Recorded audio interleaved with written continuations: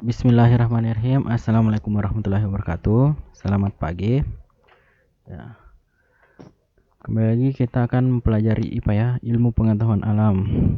Di materi pertama kemarin kita telah mempelajari tentang apa sih manfaatnya mempelajari IPA. Nanti kita akan bahas lebih lanjut ya. Nah, sekarang kita masuk ke bab objek IPA dan pengamatannya. Oke. Sebelumnya, kita lihat kemarin pembahasannya itu mengenai apa sih sebenarnya tujuan kita untuk mempelajari IPA. Oke, silakan disimak. Dengan belajar IPA, kamu mampu untuk yang pertama kita lihat ya. Ini kita dapat memahami berbagai hal di sekitar kita. Misalnya, kita dapat memahami mengapa matahari bersinar atau mengapa air hujan itu jatuhnya ke bawah dan lain-lain ya. Itu kita pahami di pelajaran IPA. Kemudian kita juga dapat menyelesaikan masalah. Misalnya bagaimana mendapatkan air bersih dari air keruh. Nah, kemudian kita juga dapat berpikir logis ya dan sistematis. Misalnya jika datanya seperti ini, apa kesimpulannya? Nah, kita dapat menyelesaikannya secara logis. Nanti kita akan pelajari di IPA. Kemudian selanjutnya itu kita dapat meningkatkan kualitas hidup. Misalnya apakah bunga yang ditanam akan tumbuh? Apa yang akan terjadi jika kita membuang sampah? Misalnya, oke, itu ya. Dan aku bisa dicatat. Oke, tujuan kita mempelajari IPA. Oke, kemudian kita masuk ke materi ya. Oke, yang pertama penyelidikan. Apa sih sebenarnya penyelidikan itu? Nah, perhatikan ini gambarnya. Ini ada gambar dua orang anak ya. Yang pertama itu satu sedang melakukan pengamatan ya terhadap temannya. Itu sebenarnya bagian dari penyelidikan. Kita lihat. Penyelidikan IPA itu sejumlah proses yang melibatkan pengamatan, membuat inferensi, dan mengkomunikasikan. Itu penyelidikan itu ya. Ingat, pengamatan berarti dia mengamati. Ini bisa bukan mengamati bisa menggunakan panca indera, bisa juga dengan menggunakan alat ukur ya, misalnya penggaris dan lain-lain. Membuat inferensi artinya itu membuat penjelasan mengenai hasil dari pengamatannya. Kemudian mengkomunikasikan artinya menyampaikan. Oke.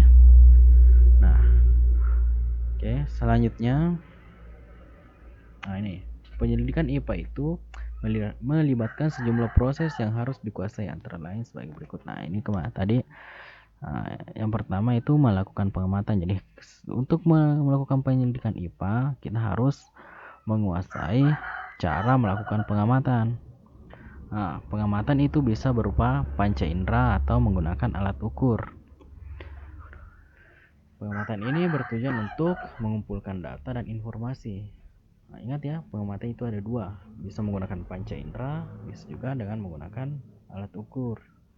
Misalnya ada beberapa yang tidak bisa menggunakan panca indera, misalnya berat itu tidak bisa diukur dengan menggunakan panca indera, harus ditimbang dan lain-lain. Kemudian yang kedua harus membuat inferensi atau merumuskan penjelasan berdasarkan pengamatan. Itu tadi yang saya sampaikan, bahwa setelah melakukan pengamatan kita harus merumuskan penjelasan atau menuliskan penjelasan dari hasil pengamatan kita.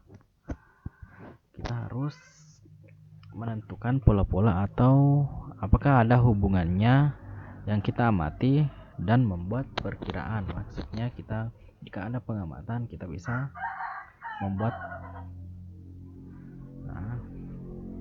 perkiraan ya. Oke.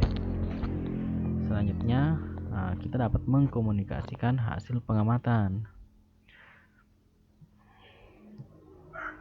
Mengkomunikasikan hasil penyelidikan baik lisan maupun tulisan. Ini harus ya, yang harus dikuasai ada beberapa ini terutama ini ya, harus mampu mengomunikasikan atau ini dapat menyimpulkan, maksudnya ini ya.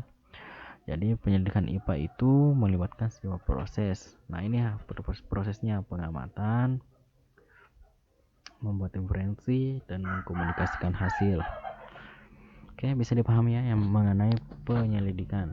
Nah, selanjutnya kita masuk ke pengukuran. Pengukuran itu sebagai bagian dari pengamatan. Tadi kan sudah, oke, pengamatan sudah kan? Pengukuran. Nah, apa sebenarnya pengukuran itu? Mungkin sering mendengar ya kata pengukuran. Nah, apa yang biasa diukur, misalnya ada meja mau ditentukan panjangnya kan harus dilakukan dengan pengukuran, tidak boleh menggunakan panca indera ya. Oke, biasanya digunakan itu penggaris. Nah, penggaris itu biasa diletakkan di atas meja ya. Nah, tapi sebenarnya apa itu pengukuran? Nah, kenapa penggaris harus diletakkan di atas meja? Nah, mengapa bukan di yang jelas harus di dekat meja ya? Oke. Nah, sebenarnya pengukuran itu adalah kegiatan ya. Kegiatan yang dilakukan itu kegiatan membandingkan antara penggaris sama meja. Nah, kegiatan membandingkan suatu besaran ini coba diperhatikan. Mengukur merupakan kegiatan membandingkan suatu besaran yang diukur dengan besaran sejenis yang dipakai sebagai satuan. Misalnya, kamu melakukan pengukuran panjang meja dengan jengkalmu. Dengan demikian, kamu harus membandingkan panjang meja dengan panjang jengkalmu. Jengkalmu digunakan sebagai satuan pengukuran. Nah, ini jika menggunakan jengkal, berarti kita membandingkan antara panjangnya meja tadi dengan panjang jengkal. Nah, itu namanya pengukuran. Kalau menggunakan penggaris, berarti kita membandingkan antara panjang meja dan panjang penggaris ya. Kenapa?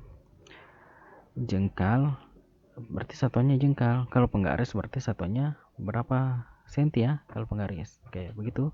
Bisa dipahami ya mengenai pengukuran. Berarti pengukuran itu kegiatan membandingkan suatu besaran yang diukur dengan besaran sejenis yang dipakai sebagai satuan. Oke, bisa dipahami ya. Oke, mungkin cukup sekian materi yang sempat saya sampaikan. Mudah-mudahan bisa dipahami ya. Oke. Sebagai tugasnya silahkan dicatat. Itu proses apa yang harus dikuasai dalam penyelidikan IPA. Sudah kan tadi dijelaskan. Kemudian yang kedua, apa yang dimaksud dengan pengukuran. Oke, silahkan dicatat ya. Dan menurut yang penting-penting tadi di materi, silahkan juga dicatat. Nanti saya periksa jika sudah masuk pembelajaran di sekolah. Oke, sekian, wassalamualaikum warahmatullahi wabarakatuh.